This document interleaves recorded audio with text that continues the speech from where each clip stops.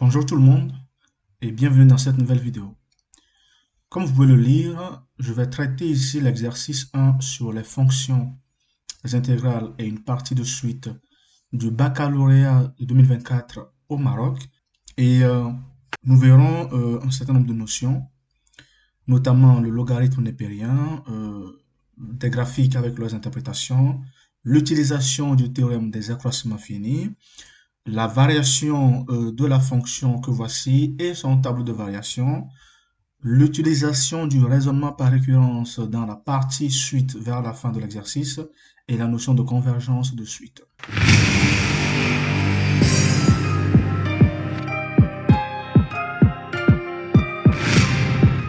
Voici l'énoncé. Nous allons le traiter au fur et à mesure de la lecture. Soit f, la fonction numérique définie sur l'intervalle, donc le mode de division de la fonction f, c'est fermé en 1 jusqu'à plus l'infini. Par la fonction f de x égale à 1 sur 2 pour x égale à 1 bien évidemment, parce que c'est f de 1 qui est égal à 1 demi. Puis ln de x sur x au carré moins 1. Je vais bien mettre le carré. Carré moins 1 pour x appartenant à l'intervalle ouvert en 1 jusqu'à plus l'infini. Question 1. Bon, déjà, soit c'est la courbe représentative de la fonction f dans un repère orthogonal O et J. Donc, un repère orthogonal et non orthonormé. Question 1. Montrer que f est continu à droite de 1. Continuité de f à droite de 1. Pause. Je fais une pause ici parce que vous allez remarquer dans la suite de la vidéo que j'ai commis une erreur d'orthographe ou de lexique.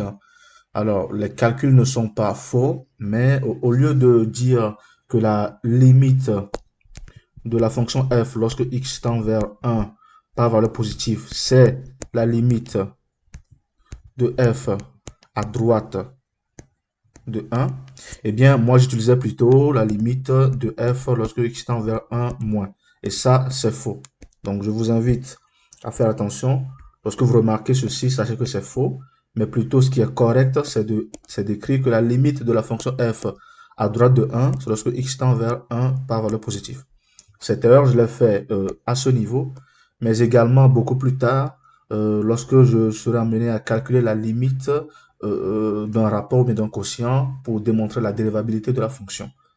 Bien, c'est tout ce que je voulais vous rappeler. Donc, faites attention à bien considérer cette expression plutôt que celle-ci qui est fausse. Voilà. Pour cela, il suffit de calculer la limite de f. Donc, limite de f de x lorsque x tend vers 1 par valeur inférieure. C'est ce qu'il faut calculer. De quelle fonction? De la fonction dont nous avons l'expression ici. Donc, ça fait limite de ln de x sur x au carré moins 1 lorsque x tend vers 1 par valeur inférieure. Parce que de toute façon, l'énoncé nous donne f de 1 qui est égal à 1 demi. Et si jamais la limite que l'on calcule est égale à 1 demi, alors la fonction sera continue. Avançons.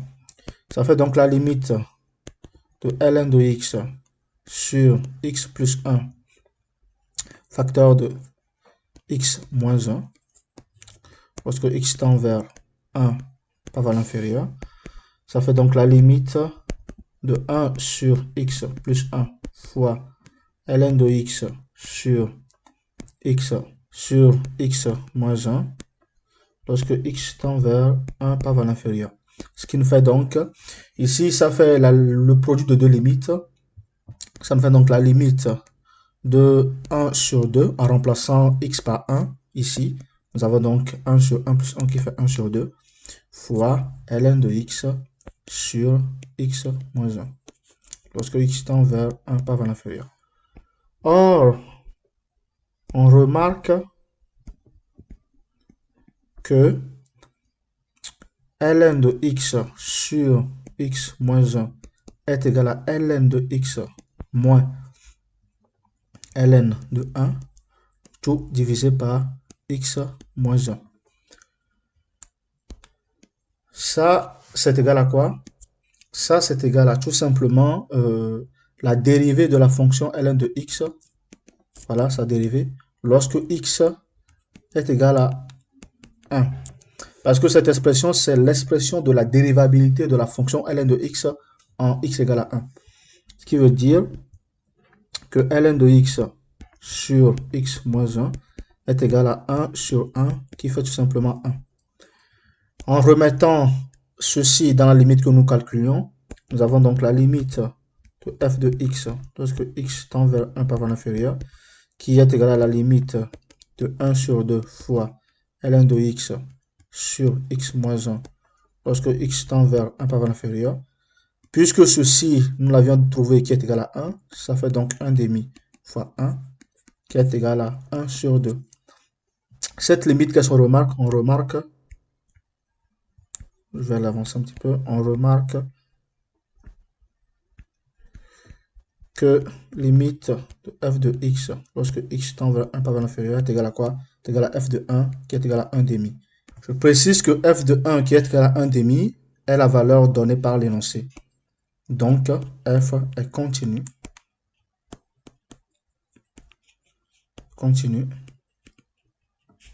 à droite de 1. Question 2. Calculer limite de f de x lorsque x tend vers plus infini, puis interpréter graphiquement le résultat obtenu. Donc, calculons la limite de f en plus l'infini.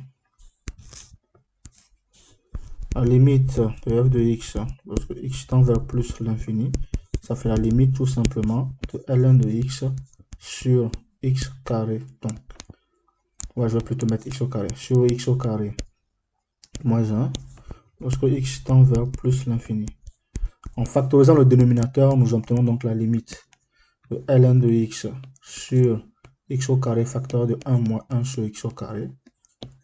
1 sur x au carré tend vers 0 lorsque x tend vers plus l'infini. Donc c'est égal encore à la limite de ln de x sur x au carré lorsque x tend vers plus l'infini. Ce qui nous donne 0 par croissance comparée. Voilà, tout simplement. Question 3, petit a, soit x appartenant à l'intervalle ouvert 1 jusqu'à plus l'infini. Nous allons donc considérer la deuxième fonction. En posant t égale à x moins 1 tout au carré, vérifiez l'expression montrée à l'écran. Lorsque t est égal à x moins 1 le tout au carré, virgule, nous avons moins racine de t plus ln de 1 plus racine de t divisé par t. Je vais aller à la ligne, hein, comme ça j'aurai suffisamment d'espace. Nous avons donc moins racine de t plus ln de 1 plus racine de t divisé par t, tout simplement égal à moins racine de x moins 1 tout au carré plus ln de 1 plus racine de x moins 1 tout au carré, tout divisé par x moins 1 tout au carré. Très bien. Ceci est donc égal, je vais garder l'égalité ici, c'est égal à moins x moins 1 plus ln de 1 plus x moins 1. Le tout divisé par x moins 1 au tout au carré. C'est donc égal à moins x moins 1 plus ln de x, parce que 1 moins 1 ça fait 0. Tout divisé par x moins 1 au tout au carré. Du moins racine de t plus ln de 1 plus racine de t est égal à quoi? Lorsque je fais rentrer ce moins ici, j'aurai donc 1 moins x plus ln de x, tout divisé par x moins 1 tout au carré. C'est bien ce qu'il fallait démontrer. CQFD. Question B. Montrer que quel que soit t appartenant à l'intervalle ouvert en 0 jusqu'à plus l'infini, virgule, moins 1 demi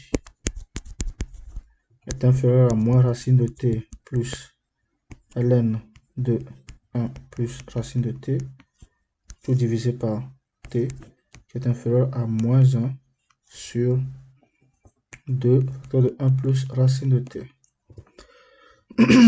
Donc, c'est ce que l'on doit montrer. On pourra utiliser le théorème des accroissements finis sur l'intervalle 0t. Bien. Considérons l'intervalle 0 jusqu'à t, point virgule, t appartenant à 0 exclu jusqu'à plus l'infini. On sait que, bon, et considérons également, la fonction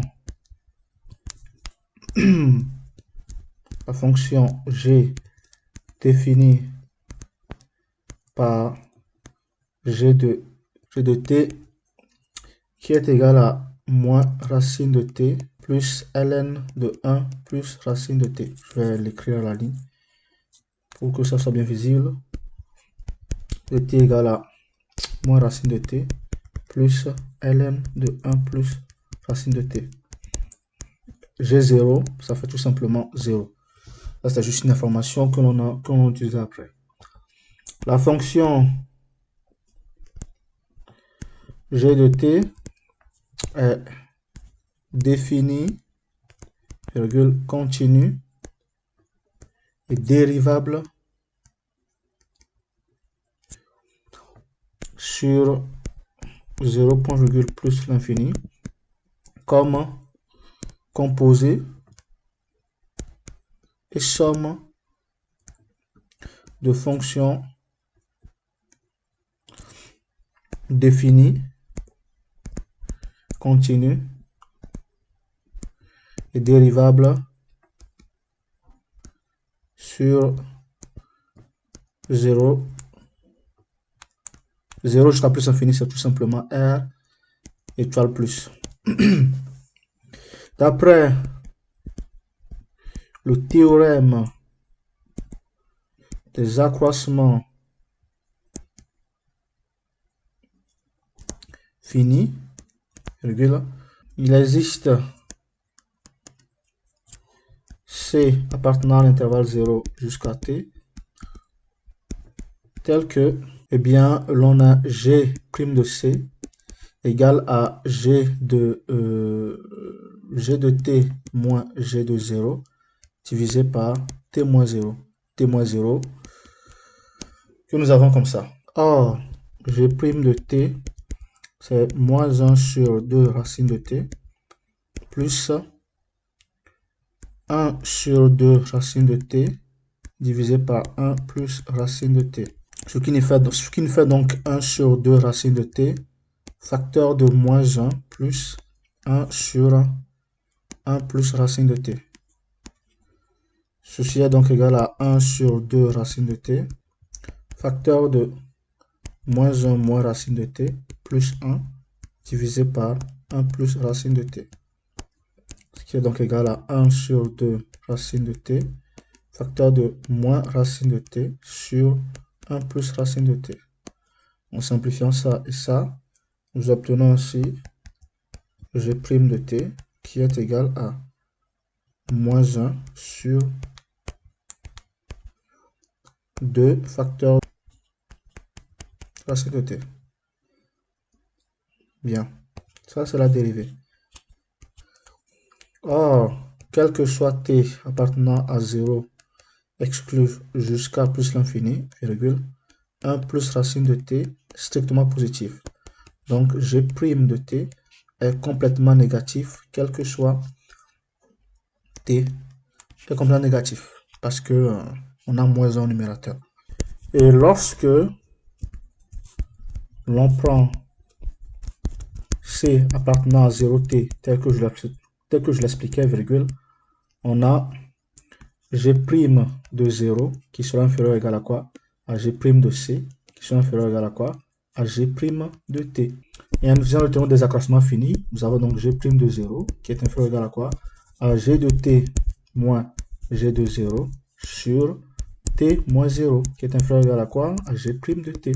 Ce qui veut tout simplement dire g' de 0, lorsqu'on revoit l'expression de g' de t, en remplaçant t par 0, nous obtenons moins 1 sur 2. Moins 1 sur 2 est inférieur ou égal à g de 0, ça fait 0, donc ça fait g de t sur t. Et g de t sur t, nous allons l'écrire plus tard. C'est égal à g' de t. G' de t, c'est moins 1 sur 2, facteur de 1 plus racine de t. Ce qui veut tout simplement dire que moins 1 demi est inférieur ou égal à g de t, c'est moins racine de t, plus ln 1 plus racine de t, tout divisé par t, qui est inférieur ou égal à moins 1 sur 2, 1 plus racine de t. Et ça, c'est l'égalité qu'il fallait démontrer. CQFT. Question C. On déduit que la limite de 1 moins x plus ln de x, lorsque x tend vers t plus en x moins 1, le tout au carré est égal à 11,5. Alors, qu'est-ce qu'on a? On sait que la limite de 1 moins x plus ln de x sur x moins 1, le tout au carré, lorsque x tend vers 1 par valeur positive, c'est égal à quoi? À la limite de moins racine de t plus ln de 1 plus racine de t divisé par t lorsque t tend vers 0 plus. Parce que t c'est égal à x moins 1 le tout au carré, donc x moins 1 lorsque c'est égal à 1, ça fait 0 carré, ça fait quelque chose de positif. Et cette limite revient à calculer la limite de l'encadrement que l'on vient de faire avec le théorème des gendarmes. Or, la limite de moins 1 sur 2 lorsque t tend vers 0 plus est égal à moins 1 sur 2. La limite de moins 1 sur 2 facteur de 1 plus racine de t lorsque t tend vers 0 plus est aussi égal à moins 1 demi.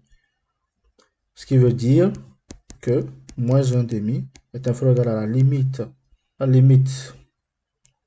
de moins racine de t plus ln de 1 plus racine de t divisé par t, qui est inférieur ou égal à quoi? À moins 1 demi également. Avec cet encadrement, d'après le théorème des gendarmes,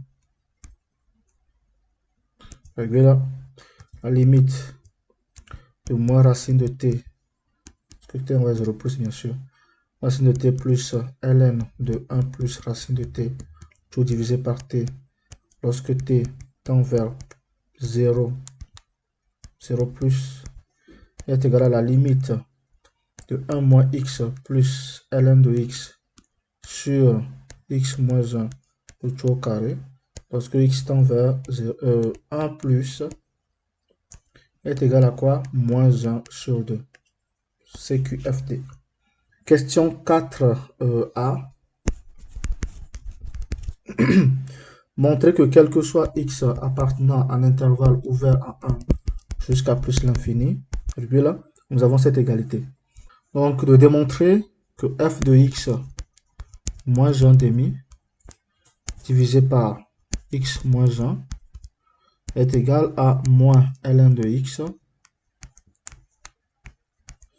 sur x moins 1 fois 1 sur 2 facteur de x plus 1 plus ln de x moins x plus 1 tout divisé par 2 facteur de x moins 1 le tout au carré. Bien, ça c'est ce que l'on demande de démontrer. Pour cela, nous allons calculer ce terme et voir si l'on retrouve f de x moins 1 sur 2 sur x moins 1. Moins ln de x, ce terme là je vais le noter x, comme ça j'évite de tout le copier. X est égal à quoi? À moins ln de x sur 2 facteur de x moins 1 facteur de x plus 1 plus ln de x moins x plus 1 divisé par 2 facteur de x moins 1 le tout au carré.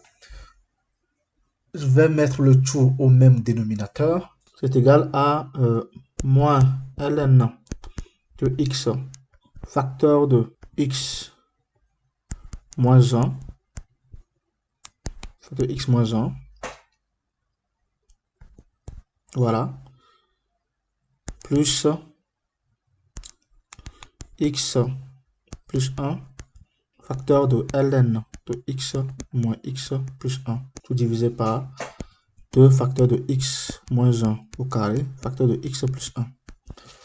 Et donc égal à quoi? À moins x ln de x plus ln de x plus x ln de x moins x au carré plus x plus ln de x moins x plus 1, tout divisé par 2 facteur de x moins 1 au carré, facteur de x plus 1. Donc égal à, donc celui-ci s'en va avec celui-là, à 2 ln de x, donc ils s'en vont aussi, moins x au carré moins 1, tout divisé par 2x moins 1 au carré, facteur de x plus 1. Déjà, je vais simplifier les deux, je vais simplifier les deux. On va donc rester 1 demi ici. Et ça me fera donc ln de x moins x au carré moins 1, tout divisé par 2, sur x moins 1, facteur de x au carré moins 1. Pourquoi cela? Parce que x moins 1, facteur de x plus 1, c'est x au carré moins 1. Il va donc rester un x moins 1 ici que l'on retrouve là. Tout ça, c'est égal à ln. ln de x, c'est égal à ln de x sur x au carré moins 1 moins x au carré moins 1 sur 2 facteur de x au carré moins 1. Et tout divisé par x moins 1. Ceci, en simplifiant ça et ça, nous fait donc ln de x sur x au carré moins 1 moins 1 sur 2, tout divisé par x moins 1. Or, ce terme, c'est quoi? Or, ln de x sur x au carré moins 1, c'est égal à quoi? F de x, d'où f de x moins 1 sur 2 divisé par x moins 1 est égal à moins ln de x sur x moins 1 fois 1 sur 2 facteur de x plus 1 plus ln de x moins x plus 1, tout divisé par 2 facteur de x moins 1 tout au carré. Question B, donc 4B. En déduire que f est dérivable à droite en 1, puis interpréter graphiquement le résultat. Alors, dérivabilité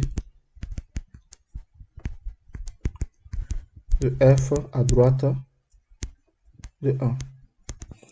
Pour cela, il faut faire quoi? Il faut calculer la limite de f de x moins f de 1 sur x moins 1 lorsque x tend vers 1 par valeur inférieure.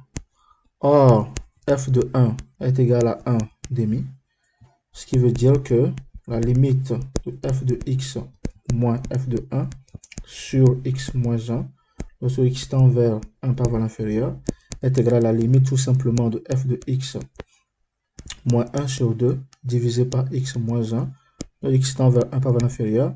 C'est donc la limite de tout ce terme-là lorsque x tend vers 1 par valeur inférieure. Lorsqu'on prend les termes 1 à 1, qu'est-ce qu'on peut remarquer? On peut remarquer que 1 sur 2 facteur de x moins 1, x plus 1, pardon, bien, ce terme tend vers 1 sur 4 lorsque x tend vers 1 par valeur inférieure. Lorsqu'on prend également le terme ln de x sur x moins 1, qu'est-ce qu'on a?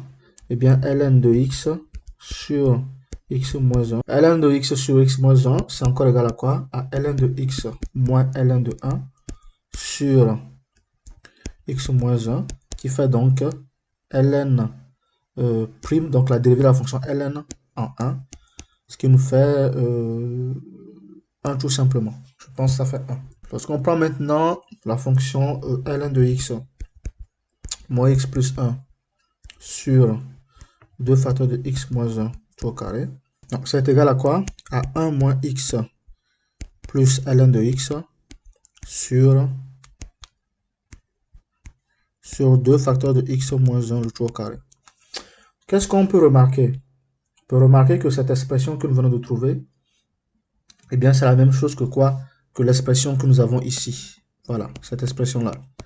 Et nous savons que cette limite tend vers moins 1 sur 2 en 1 par valeur supérieure, donc 1 plus. À droite de 1, c'est 1 plus. Donc ça tend vers ça par valeur supérieure, donc c'est 1 plus. Donc en retournant à notre chose là, donc déjà par valeur supérieure, donc à droite c'est 1 plus. Hein. J'avais mis 1, moi c'est 1 plus. C'est 1 plus, c'est 1 plus, 1 plus, c'est 1 plus. Voilà, donc ça tend vers 1 demi fois moins 1 demi. Lorsque le 1 demi d'ici, ça vient du 2 qu'on a là. Lorsque x tend vers 1 par valeur supérieure, donc à droite de 1. Avec l'ensemble de ces résultats, qu'est-ce qu'on peut conclure? On peut conclure que la limite de f de x moins 1 sur 2 divisé par x moins 1, lorsque x tend vers 1 plus, est égal à quoi? Ça fait moins 1 quart, qui me fait donc moins 1 sur 2. Nous allons donc trouver moins 1 sur 2. Donc je réécris ça, la limite de f de x moins 1 demi sur x moins 1, x tend vers 1 plus, c'est égal à moins 1 sur 2. L'on nous demande d'interpréter graphiquement le résultat obtenu. Ça veut dire que quoi? Bon, ça déjà veut dire que f est dérivable en 1 ou bien à droite de 1. Et donc que f à droite de 1, c'est égal à moins 1 sur 2. Ce qui veut dire que la courbe C de f admet une demi-tangente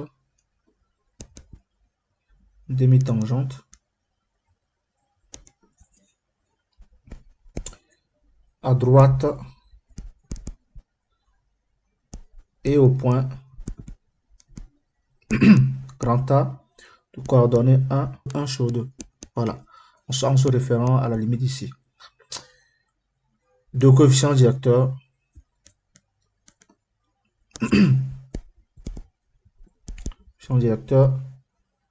moins 1 sur 2.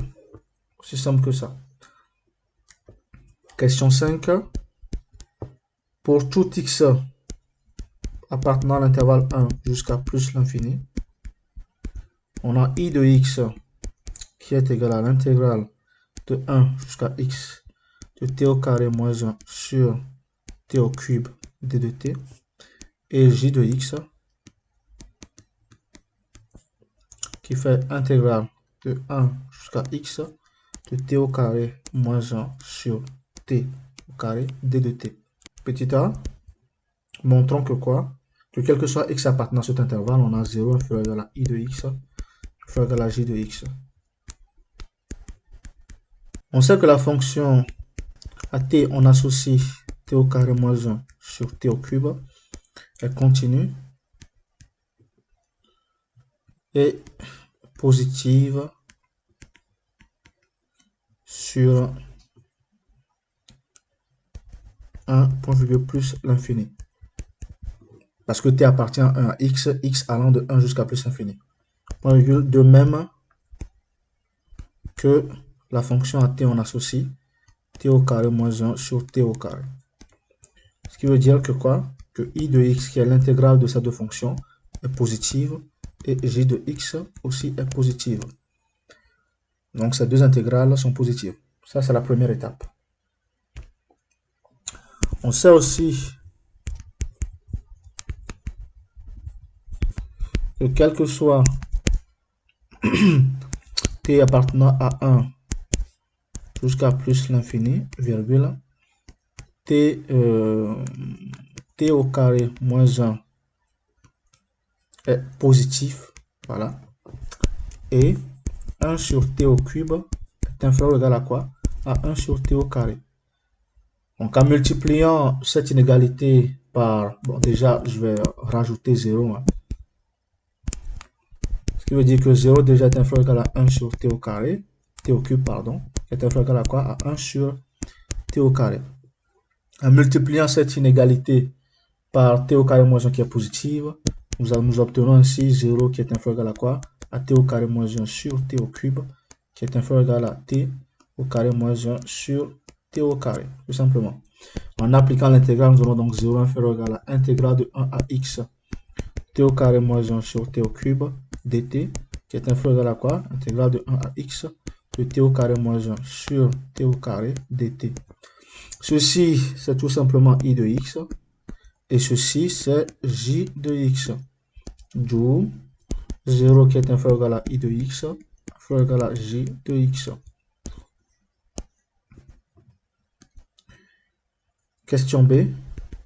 Montrez que pour tout x appartenant à 1 jusqu'à plus infini, i de x est égal à ln de x moins x au carré moins 1 sur 2x, et j de x aussi avec l'expression. Ici, il s'agira de calculer les intégrales.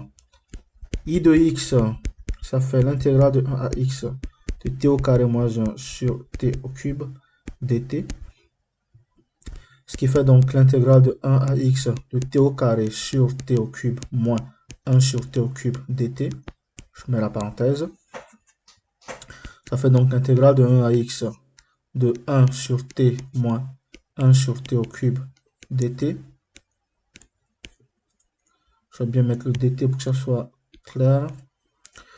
Ça, c'est égal à ln de x moins 1 plus, non, x au carré moins 1 divisé par 2. Il y a le 2 toujours. 2x au carré. Et c'est bel et bien ce qu'il fallait trouver. Pour j maintenant, on sait que j de x c'est égal à l'intégrale de 1 à x de t au carré moins 1 sur t au carré dt, qui fait donc intégrale de 1 à x de t au carré sur t au carré moins 1 sur t au carré dt. Ce qui nous fait donc, bon, je vais continuer, intégrale de 1 à x de 1 moins 1 sur t au carré dt. C'est égal à x, t, pardon, c'est égal à t. Donc ça fait t moins, non, plus 1 sur t.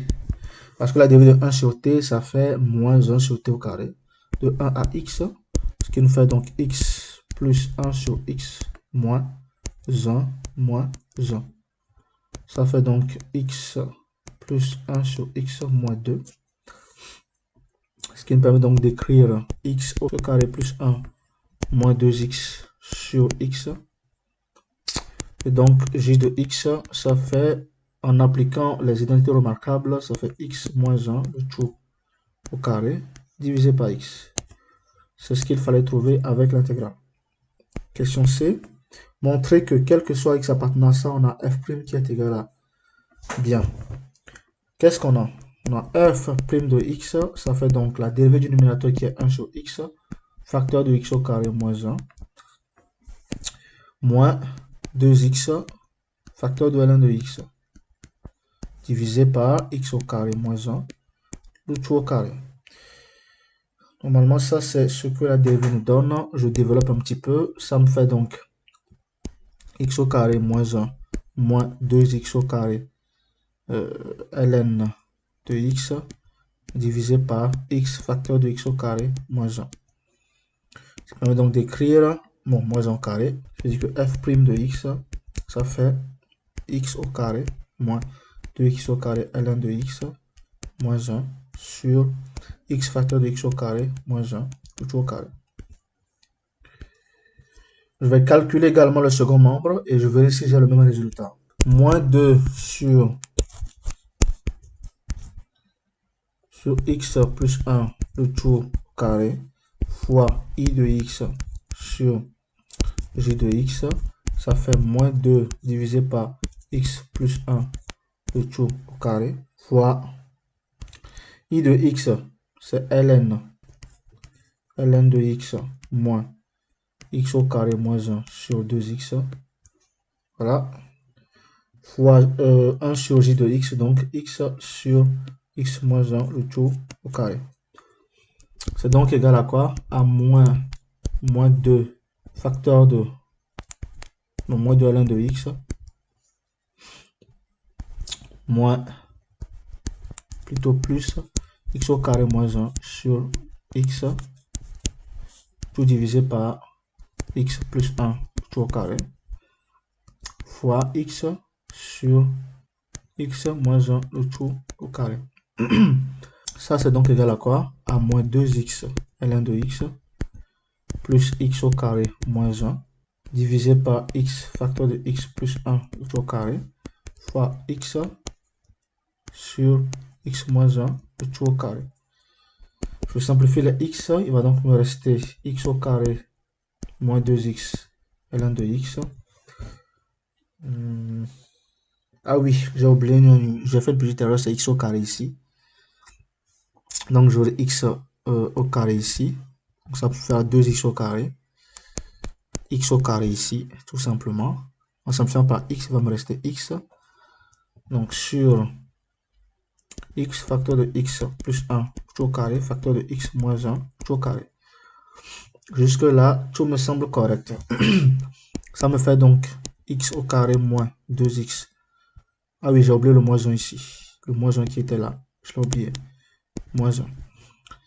Le carré qui revient. Ça me fait donc x au carré moins 2x au carré ln de x moins 1 divisé par x facteur de x plus 1 facteur de x plus 1 facteur de x moins 1 facteur de x moins 1. Ça me fait donc x au carré moins 2x carré ln de x moins 1 divisé par x facteur de x plus 1 facteur de x moins 1 x plus 1 x moins 1. Ça fait x au carré moins 1. Ça fait x au carré moins 1 aussi. Tout ça, c'est égal à quoi? À x au carré moins 2x carré ln de x moins 1 divisé par x facteur de x carré moins 1 le tout au carré. Allons voir si nous obtenons ce que nous avions de l'autre côté. X facteur de x carré moins 1 le tout au carré. Au dénominateur, c'est bon. Donc, c'est la même chose. On peut donc conclure que f' de x, c'est égal à moins 2 sur x plus 1 le tout au carré fois I de x sur J de x. Question D. On déduit que quel que soit un x appartenant à 1 à plus infini, eh bien moins 1 sur 2 est inférieur à f' de x est inférieur à 0. Ça, c'est ce qu'il faut démontrer. On sait que 0 est inférieur à I de x, inférieur à quoi? À J de x. En divisant tout par J de x, nous avons donc 0 qui est inférieur à quoi? À I de x sur J de x qui est inférieur à quoi? À 1. En multipliant le tout par 1 sur x plus 1 le tout au carré, et bien nous obtenons 0 qui est inférieur à quoi? À 1 sur x plus 1 le tout au carré fois I de x sur J de x. Qui est inférieur à quoi? À 1 sur x plus 1 le tout au carré. En multipliant le tout par moins 2, nous obtenons donc moins 2 sur x plus 1 le tout au carré est inférieur à quoi? À moins 2 sur x plus 1 le tout au carré fois I de x sur J de x qui est inférieur à quoi? À 0. C'est l'égalité sur laquelle on tombe. Ça déjà, ça me fait quoi? Ça veut dire que moins 2 sur x plus 1 le tout au carré est inférieur à quoi? À f' de x qui est inférieur à 0. Ça, c'est la première étape. Or, quel que soit x appartenant à l'intervalle 1 jusqu'à plus l'infini, virgule, x est comment? X est supérieur à 1. Cela veut dire que x plus 1 est supérieur à 2. Et donc, x plus 1, le tout au carré, est supérieur à 4. Ça veut dire que 1 sur x plus 1 au carré est inférieur à 1 sur 4. C'est bien ce que nous obtenons. Et donc, c'est dire que moins 1 sur x plus 1 au carré est supérieur à moins 1 sur 4. Ça veut donc dire que moins 1 sur 4 est inférieur à moins 1 sur x plus 1 le tout au carré. Et donc, en multipliant par 2, nous avons donc moins 2 sur 4 qui est inférieur à moins 2 sur x plus 1 le tout au carré. Or, moins 2 sur x plus 1 le tout au carré est lui-même, avec cette inégalité, inférieur ou égal à f' de x qui est inférieur ou égal à 0. C'est comme dire que moins 2 sur 4 est inférieur ou égal à f' de x, est inférieur ou égal à 0. Moins 2 sur 4, ça fait moins 1,5, qui est inférieur ou égal à quoi? F' de x, est inférieur ou égal à 0. Ça, c'est ce qu'il fallait démontrer. CQFD. Question 6, petit a. Dresser le tableau de variation de la fonction f. Tableau de variation.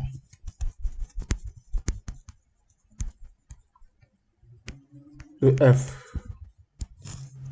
Nous avions déjà l'encadrement de la dérivée, qui est inférieur à quoi? F' de x égale à 0.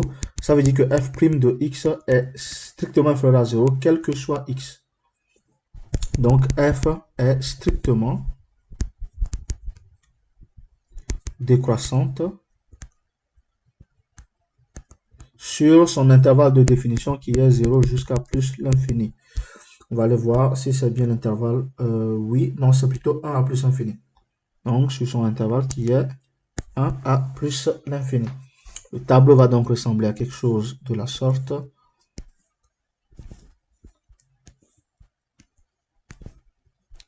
X, f' et f. Donc, de 1 jusqu'à plus l'infini, nous avons quelque chose qui est négatif, donc une décroissance. F de 1, c'est 1 sur 2. Et f de plus infini, c'est 0. C'est aussi simple que ça.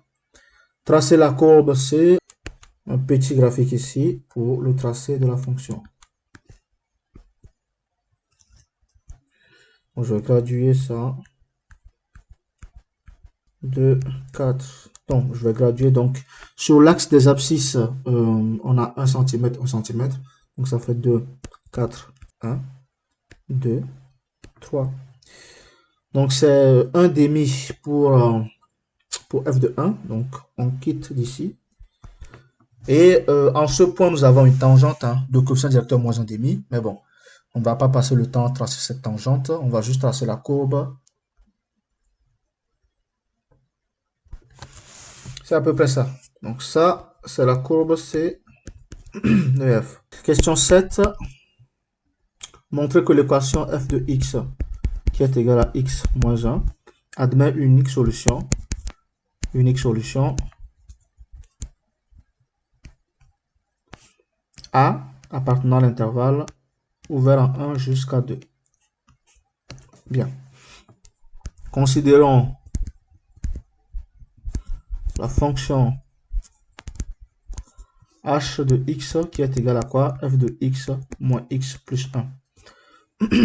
Bien, nous avons la dérivée h' de x qui nous fait donc la dérivée de f' de x moins 1.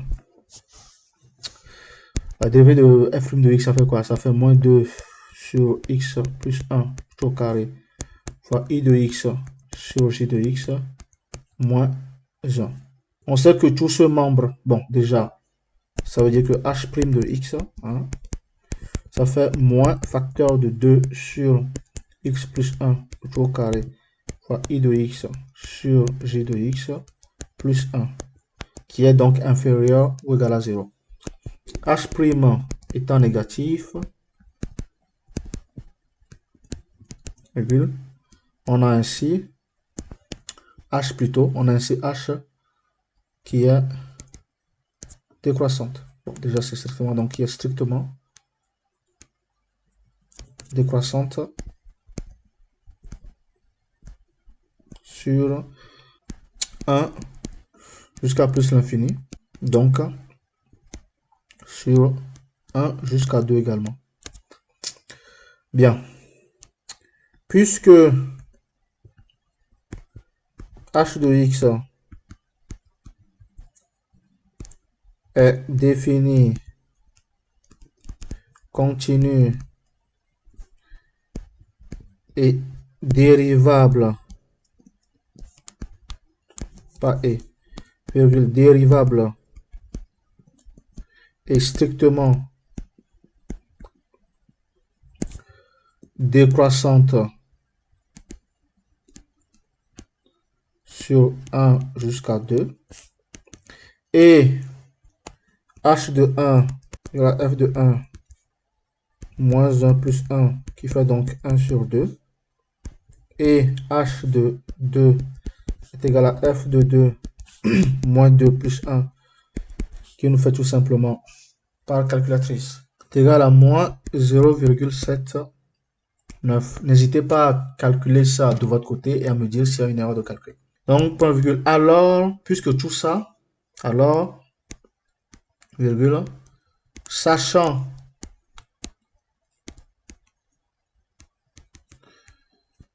que 0 appartient à l'intervalle moins 0,79 jusqu'à 1 demi ouvert, virgule, d'après le théorème de la bijection, l'équation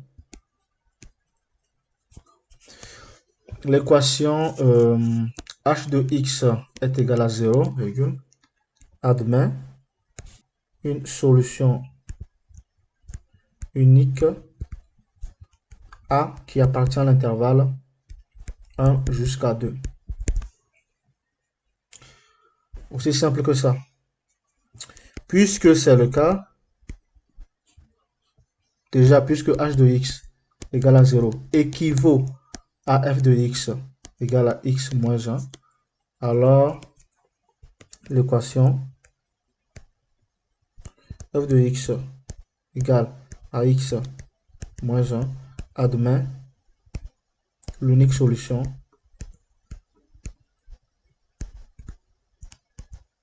A appartenant à l'intervalle ouvert à 1 jusqu'à 2. Donc le but ici c'est d'utiliser le théorème de la bijection. Question 8. Soit AN, donc une suite avec n appartenant à grand N, la suite numérique définie par A0 appartenant à 1 jusqu'à plus infini, et pour tout n appartenant à grand N, AN plus 1 égale à 1 plus f de AN. Question A. Donc 8A. Montrer que, quel que soit n appartenant à grand N, virgule, valeur absolue de AN plus 1 moins A est inférieur à 1 demi, la valeur absolue de AN moins A. Bien. Considérons la fonction. Alors, je vais noter comment cette fonction grand f de x qui est égal à quoi? À 1 plus f de x. Si on considère cette fonction, qu'est-ce qu'on remarque? On remarque que quoi? Que grand f prime de x, c'est quoi? C'est f prime de x. Or, d'après les questions précédentes, on sait que quoi? Que moins 1 demi est inférieur ou égal à f prime de x inférieur ou égal à 0. Ce qui veut dire que quoi? Que valeur absolue de f prime de x est inférieur ou égal à 1 sur 2. Ou tout simplement, valeur absolue de grand f prime de x qui est inférieur ou égal à quoi? 1 sur 2. Puisqu'on a ceci et que 1 demi est positif, virgule, d'après le corollaire, c'est un corollaire de l'inégalité des accroissements finis, virgule, eh bien, qu'est-ce que nous avons? Nous aurons grand F de AN moins grand F de A. Ça va égal à quoi? À 1 demi de valeur absolue de AN moins A. Ça, c'est le corollaire qui nous permet d'écrire cela. Donc, ça veut dire que 1 plus F de AN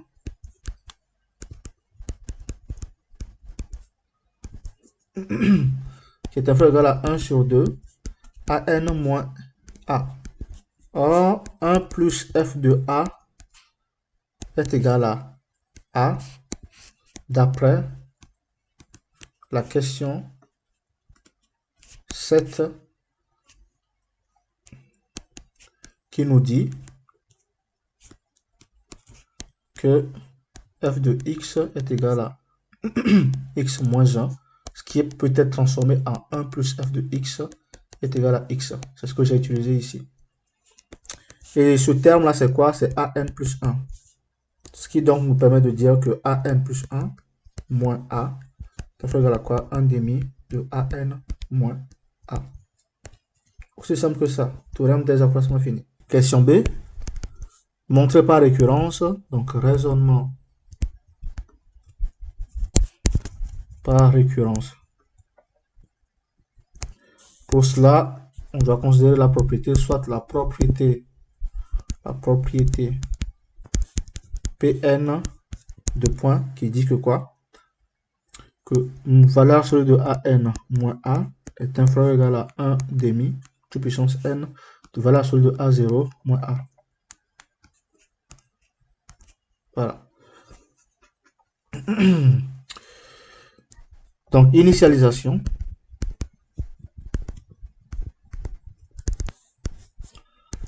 Pour n égale à 0, virgule, qu'est-ce qu'on a? On a a0 moins a est inférieur ou égal à quoi? À 1 demi puissance 0, facteur de a0 moins a. Et a0 moins a, donc si on veut transformer cela, on peut simplifier a0 moins a et a0 moins a. On a donc 1 qui est inférieur ou égal à 1. Donc, c'est validé. Je vais toujours mettre l'initialisation est vérifiée. Hérédité maintenant. Hérédité. Supposons que Pn, n appartenant à grand N, est vrai et démontrons que Pn plus 1 l'est aussi, c'est-à-dire est aussi vrai. Si Pn est vrai, cela implique quoi? Que An en valeur absolue moins A est égal à 1 demi puissance n valeur absolue de A0 moins A. Or, d'après la question 8a, on a an plus 1 moins a est inférieur égal à quoi? À 1 demi de an moins a. Ce an moins a, c'est ce que nous avons ici. Cela veut donc dire que quoi? Que an plus 1 moins a est inférieur égal à quoi? À 1 demi de 1 demi puissance n fois a0 moins a. Ça veut donc dire que an plus 1 moins a est inférieur égal à quoi? À 1 demi fois 1 demi puissance n module valeur sur de a0 moins a. Ainsi, nous obtenons an plus 1 moins a qui est inférieur ou égal à 1 sur 2 puissance n plus 1 a0 moins a en valeur absolue. Donc, l'hérédité est vraie. Conclusion. L'hérédité est aussi vraie. Donc, eh bien, an moins a est inférieur ou égal à 1 sur 2 puissance n a0 moins a. Question C et dernière question. En déduire que la suite an est convergente. En déduisons que an avec n appartenant à grand N convergente.